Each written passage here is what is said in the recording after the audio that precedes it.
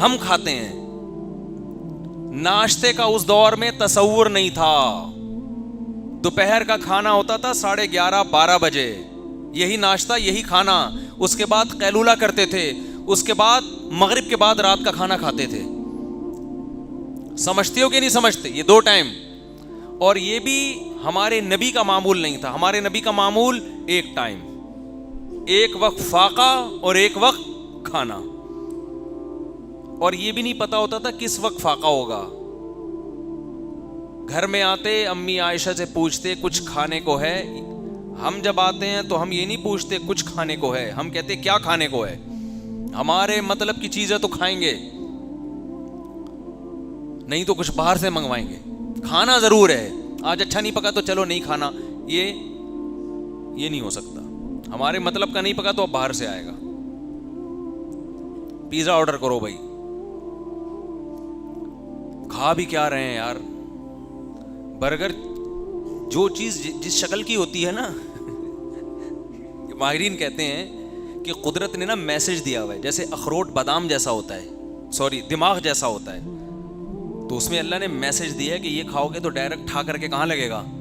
دماغ. اور واقعی بادام آنکھ جیسا ہوتا ہے, بادام آنکھ کے لیے مفید ہے. تو ایک اللہ نے ایک پیغام دیا ہوا ہوتا ہے بہت سے پھلوں کے اندر, بہت سی چیزوں کے اندر. تو برگر کس جیسا ہوتا ہے؟ برگر جیسا ہوتا ہے. تو برگر کھاؤ گے کیسے بن جاؤ گے؟ برگر جیسا. پراٹھے کھاؤ گے کیسے بنو گے؟ پراٹھے کو چبانا مشکل کام ہے. برگر کھاؤ گے تو برگر جیسے ہو جائے گا, جیسے برگر فیملیاں دیکھی ہوں گی آپ نے, جتنا دباؤ دبتا چلا جائے گا, کوئی ریزسٹنس ہے ہی نہیں. تو ہمارے نبی گھر آ کے امی عائشہ سے پوچھتے ہے کہ نہیں ہے کچھ کھانے کو, تو وہ بتاتی ہے تو کھا لیتے, فرماتی نہیں ہے تو اکثر پھر روزے کی نیت کر لیتے. چلو بھائی شام تک تو ویسے ہی کچھ نہیں ہے, تو روزے کا ثواب کیوں ضائع کریں بھائی. آج دیندار ہونا اور کھانا یہ لازم اور ملزوم ہے. حضرت شیخ الحدیث مولانا زکریا رحمۃ اللہ علیہ سے کسی نے پوچھا کہ حضرت کھانے کے بعد میٹھا تو سنت ہے. انہوں نے کہا کھانا ہی سنت نہیں ہے, فاقے کرنا سنت ہے. اور ایک چیز کھایا کرتے تھے نبی صلی اللہ علیہ وسلم, کھجور ہے تو صرف کھجور, اسی سے سیر ہونا ہے. یہ نہیں کہ کھجور میں مکھن جیسے ہم لوگ کر رہے ہوتے ہیں, ملائی ملا کے مکھن ملا کے. روٹی ہے تو صرف روٹی, ایک خوراک. دودھ تو صرف دودھ سے, آپ تجربہ کر کے دیکھیں, کبھی شدید بھوک لگی ہو, صرف دودھ سے پیٹ بھریں, بہت مزہ آئے گا. دودھ جزو بدن بنے گا. یہ جو آج کل دودھ پی کے بھی کیلشیم کی کمی پوری نہیں ہو رہی, اس لیے کہ دودھ سے پہلے 2 پراٹھے کھا چکا ہوتا ہے, اس کے بعد کیلشیم کے لیے کیا پی رہا ہوتا ہے؟ دودھ. وہ دودھ پریشان ہوتا ہے کہ جگہ کدھر بناؤں میں,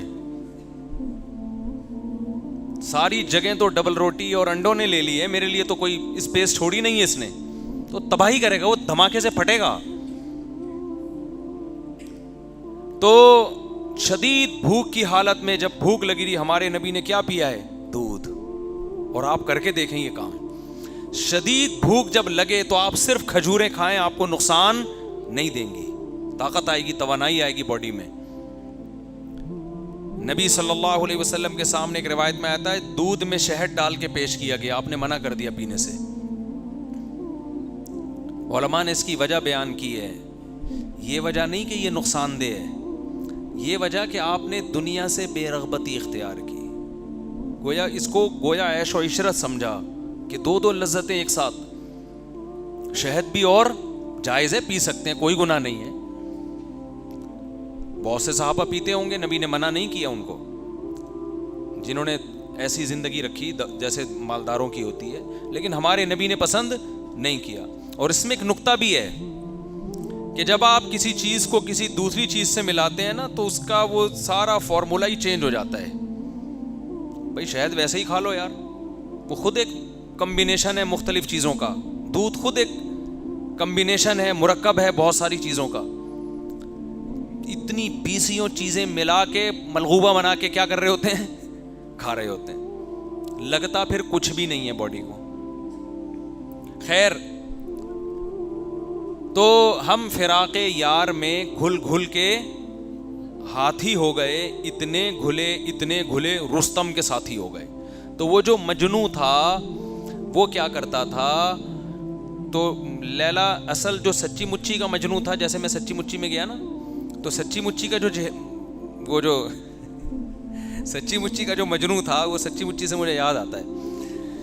میں نے کہا تھا نا سچی مچی میں جاؤں گا، دیکھ لینا سچی مچی میں گیا، وہ خواب تو نہیں دیکھا نا آپ لوگوں نے.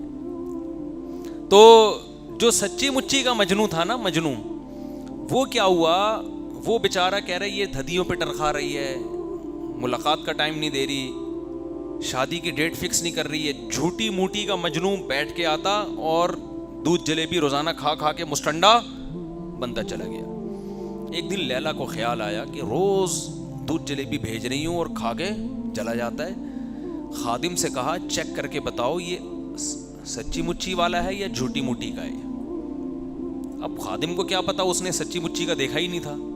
اس نے کہا جی مجھے تو نہیں پتا، پہلے کوئی تصویریں بھی نہیں ہوتی تھی، موبائل سے تصویر کھینچ کے لے کر آؤ.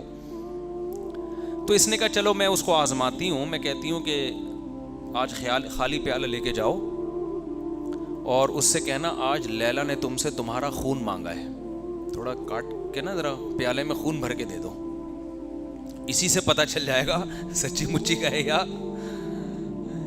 تو جب وہ خادم خالی پیالہ لے کے آئے نا تو مجنوں کے تو ہوش اڑ گئے. کیا ہو گیا بھائی، یہ جلیبی کہاں ہے اس میں؟ اس نے کہا لیلا نے آج تم سے تمہارا خون مانگا ہے. تو کہتے ہیں ہم جلیبی کھانے والے مجنوں ہیں، خون دینے والا وہ بیٹھا ہوا ہے. سمجھ رہے ہو، خون دینے والا. آج آپ حقیقی عاشقین کو دیکھنا چاہو تو آپ دنیا میں سروے کر کے دیکھ سکتے ہو کہ خون دینے والے کون اور جلیبی کھانے والے، بولو، یہ پتہ چل جائے گا.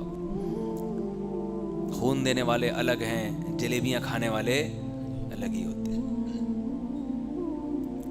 خیر تو بات یہ چل رہی تھی کہ دل کو حسد سے پاک کرنا، دل کو تکبر سے پاک کرنا، دل کو ریاکاری سے پاک کرنا، دل کو عجب، خود پسندی پہ بات چل رہی تھی کہ اپنے بارے میں یہ وہم ہو جاتا ہے کہ میں کیا ہوں، نیک. اور یہ وہم اس لیے ہو رہا ہے کہ میں نے نبی کے نام پہ آج تک کوئی دعوت مس نہیں کی، میں کتنا نیک ہوں. کیا خیال ہے بھائی؟